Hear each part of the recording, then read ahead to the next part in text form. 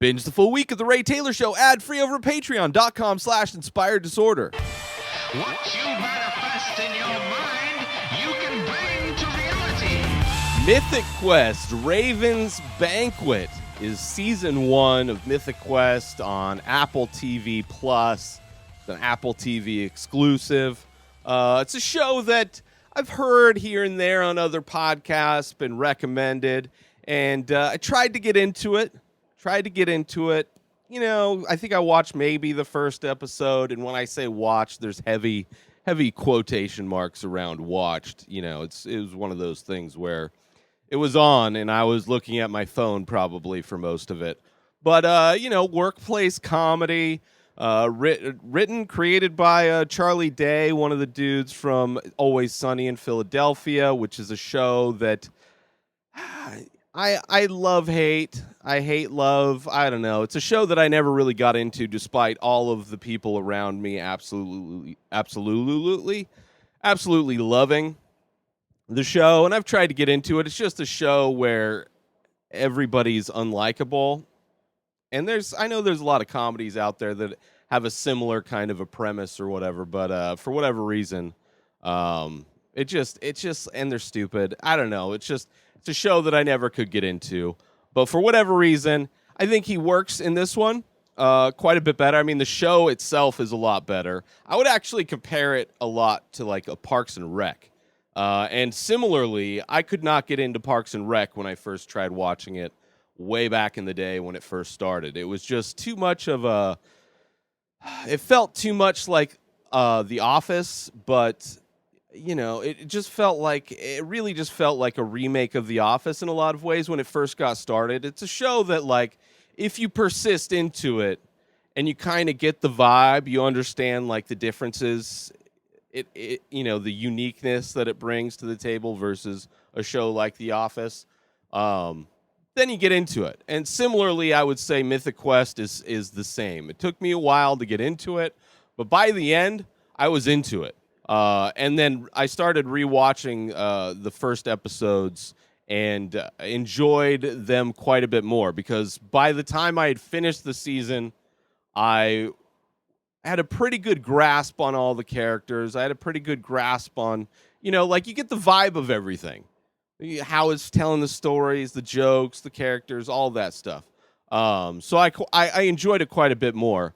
But the lead character is Ian, who is played by Charlie Day. He's kind of like this egotistical, like artist kind of a guy, very narcissistic.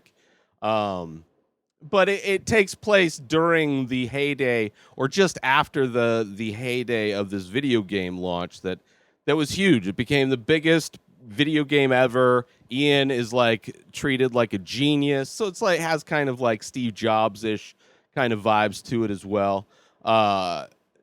So they're ramping up to release their first expansion pack for this giant open world multiplayer open sandbox. I don't know the term for what type of video game it is. It's like a WoW type of video game. And they're releasing their first expansion pack.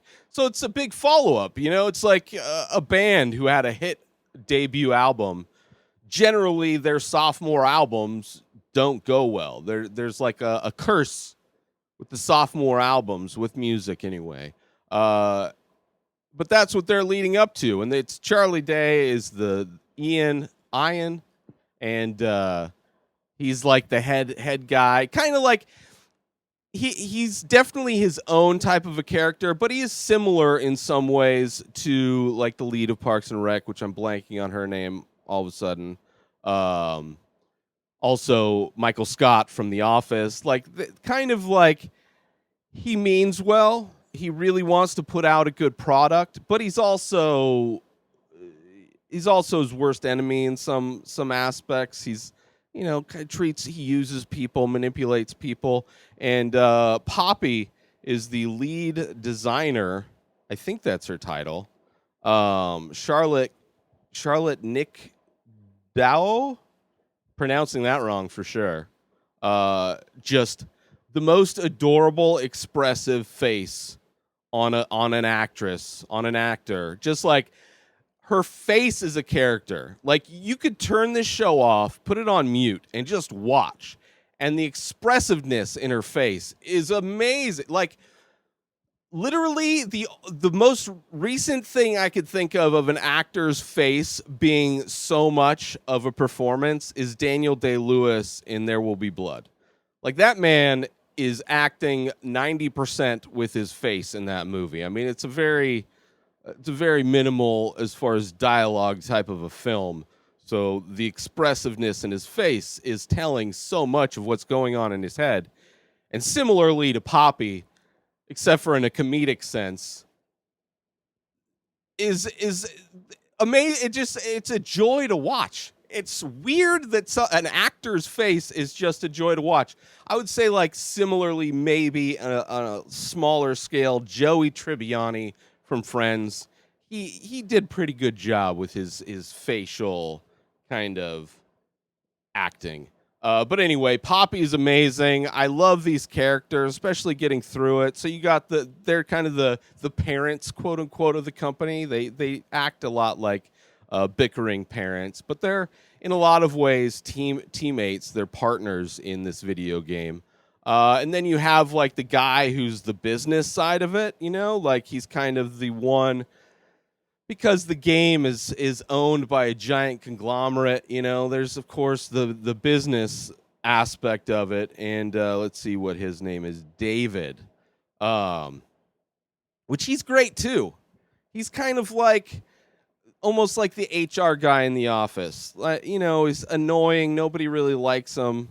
But he's got, I don't know, he's got a thing. And he's on the first episode, he's bringing in his new assistant, which she's like some conservative Midwest girl, but she's like still adorable, even though she's got like abhorrent political beliefs. Like they still end up making her very fun to watch in addition to everybody else. You got the two gamers, Dana and Rachel. You got Danny Pudi from Community, which aspects of this show kind of remind me. There's the final episode, the Everlight holiday episode at the end, the very last episode 11, I believe. Great episode. Definitely had Community vibes. Reminded me in a lot of ways of the paintball episode of Community, where it's like it's filmed different. They definitely put more into it. It's kind of a one-off episode, kind of this big, you know, it's a big flourish of an episode. And then, of course, the quarantine episode, which is episode 10, I believe, maybe 9 or 10, somewhere in there, which is amazing. I don't know when they filmed things, how this was released, the first season, because season 2 was out, which I'll be most likely reviewing that next week on the show. But the quarantine episode's amazing. It's an episode that made me cry out of sadness and made me cry out of joy. It was by far the most emotional episode of this show's of season 1. Amazing episode. But everything's great, and you have this writer guy. Is C.W. Longbottom, who like does the backstories for all their characters and things that they do with the video game. Great. Like all of the characters are really interesting, you know, in this kind of workspace of developing a video game and what goes into it. And I'm sure for anybody that's actually close to the video game industry would find a million incorrect things about the show. Which I'm sure would be similar in a lot of ways to Silicon Valley, which I would also compare this show to in a lot of ways.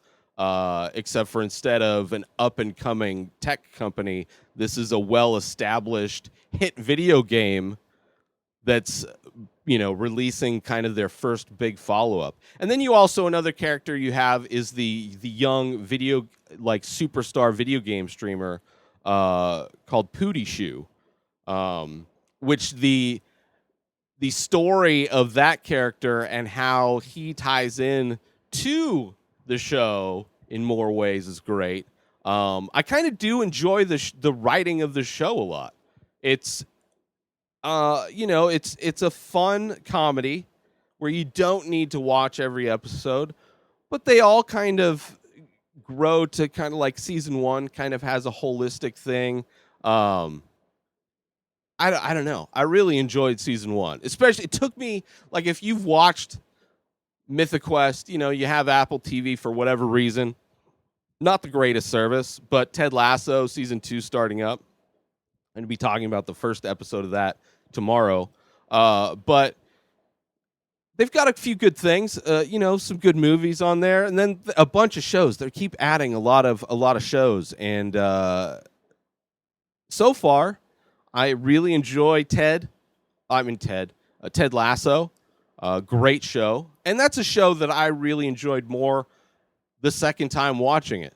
And similarly, in a lot of ways with Mythic Quest, it's just like there's shows that have like a unique tone. Like they're definitely a comedic tone, but they're grounded in a way. I would say Ted Lasso a little bit more grounded in some ways, but very similar. Workplace comedies. One's just happens to be a soccer club, and then another one's a video game developer. But unique. You don't see those. I mean, Ted Lasso in a lot of ways is, a 90s family Disney movie, sports movie that's turned into a TV show. That's fine. It's got those kind of premises and really like, kind of gets you those feels. But also really fun characters, which this one has as well. I'm super stoked to get into season 2. Let me see if I'm probably missing so many things that I wanted to talk about. The testers, they have a fun, like a romantic kind of tension. One of the testers, becomes, Pootie Shoe, gets in a big kerfuffle with Mythic Quest, with MQ, and no longer is going to be their exclusive streamer. So then they decide to make one of their testers a streamer, but hide it, make it fake. And then she gets found out. I mean, spoilers. It's kind of a fun arc. But there is kind of a stupid thing. The one stupid thing involved with that specific storyline is that things happen, she gets found out, and she can't do this. She can't be the streamer anymore, obviously, because they found out that she was working for the company that she was promoting. It was a whole Travis Sham mockery. So instead of putting her back as a tester, they fire her. And instead of creating a new job, they're like, oh, but all the work that goes into creating a new job. Meanwhile, they literally created a new job in her being a fake streamer. So one problem I have with the show is there's this whole thing about this whole problem with having to create a new job for your streamer when they literally created a new job. I don't know. But aside from that, I have zero other complaints as far as nitpicky stuff. But that is one thing that did stand out. But still the characters are fun. Everything wraps up pretty nice with the holiday episode. It's their own. It's a holiday within the game, but they celebrate it as a company. And that one's got, like I said, steps out of the box a bit, similarly to Community, the paintball episodes. Really great, really great. I'm looking forward to season 2. But Mythic Quest season 1 is currently an Apple TV Plus exclusive, and I would highly check it. I highly recommend checking it out. Get Apple TV Plus for a month. It's like $5. Binge, or maybe wait until after Ted Lasso season 2, all of those episodes air. But binge Ted Lasso, binge this show. I think both of them are knock it out of the park. And there's actually a completely out of the box episode in Mythic Quest where it kind of shows the origin story for the building in which they work, and that was taken over by another video game developer couple, quote unquote, in a way. I mean, the Mythic Quest crew isn't in a romantic relationship, but the people that kind of founded that building, or at least started creating video games in there, they have a whole episode dedicated to them, which is super interesting.